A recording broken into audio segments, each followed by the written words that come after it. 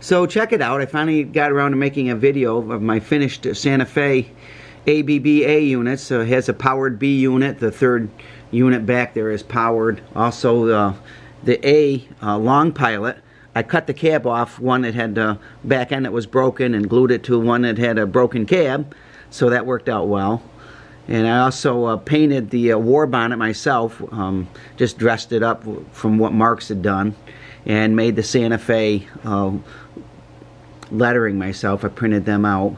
It's got dual headlights. There's 19-volt LEDs in there from Evan Designs. I blackened in the windows. I made little decals to fit in the windows to make them as they should be.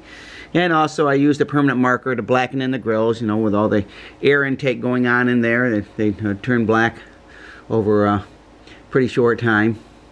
So we've got the ABBA all pinstriped, all ready to go, and so we'll take them for a spin. Both the powered unit and the powered B unit have power pull motors in them, so these pull quite a few cars.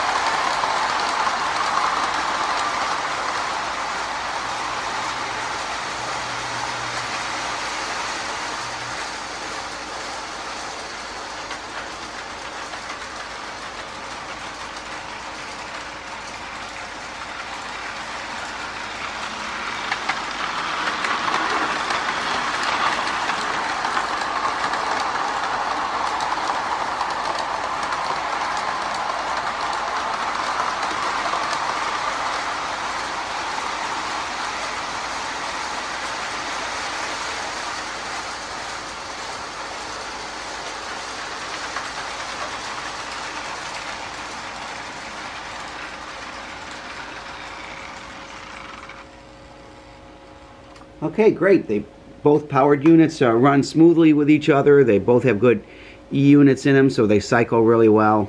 They'd pull a lot more cars than what I have on here. It's just even with the 054 curves, it's hard to keep many more than this on the track.